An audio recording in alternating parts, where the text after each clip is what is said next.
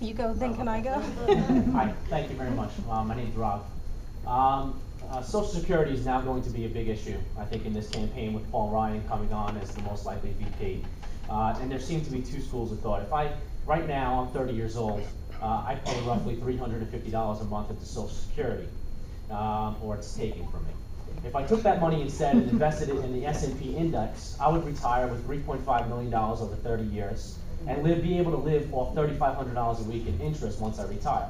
Not only that, I'd be able to take that nest egg and hand it to my wife, hand it to my kids, hand it to the church, hand it to wherever I want. In converse, if I continue to have my money stolen from me by the government in terms of Social Security, I will retire in 30 years with $0 in nest egg and only $300 a week in income versus the $3,500 that I would have had I invested in the S&P index.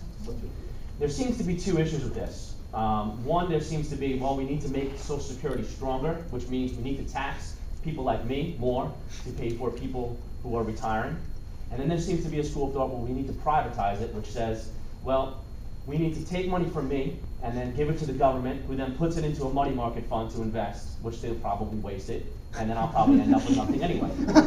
So there's probably a third option. I want to know whether or not you would be okay with this, or whether or not you would support this idea. And that idea says, let me opt out of the system. I'm 30 years old. I'm never going to see $1 in Social Security. I agree we need to take care of those that have put money into it for eternity. And there's other ways for that money. There's other ways to get that money. You can cut spending. You can pay for the benefits. Give me the option to get out of the system. Let me take my money, do whatever I want with it. If I want to flush it down the toilet, let me flush it down the toilet. If I want to invest it in the S&P and make a lot of money and retire well, let me do that. Allow me the responsibility and allow me to get out of the system. Well, what do you think about that? I think that's very well said, very well set forth. And I think that we look, Social Security and Medicare, our entitlement system is on a collision course with disaster. They're going bankrupt. It's not going to work the way it's currently set up. And what we need to do is rescue them. And that rescue has several components. I'm looking forward to how Governor Romney and Congressman Ryan are going to come up with their specific plan. I think Congressman Ryan deserves a lot of credit for putting forth some plans on how to save Social Security and Medicare.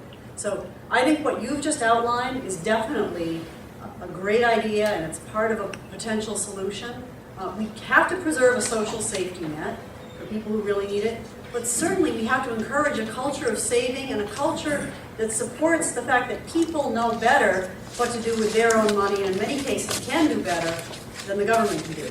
So I think that's an excellent idea. I support it, and I'm looking forward to Governor Romney and Congressman Ryan coming up with a plan that hopefully will encompass something along those lines. Mr. Stack. Thank you for being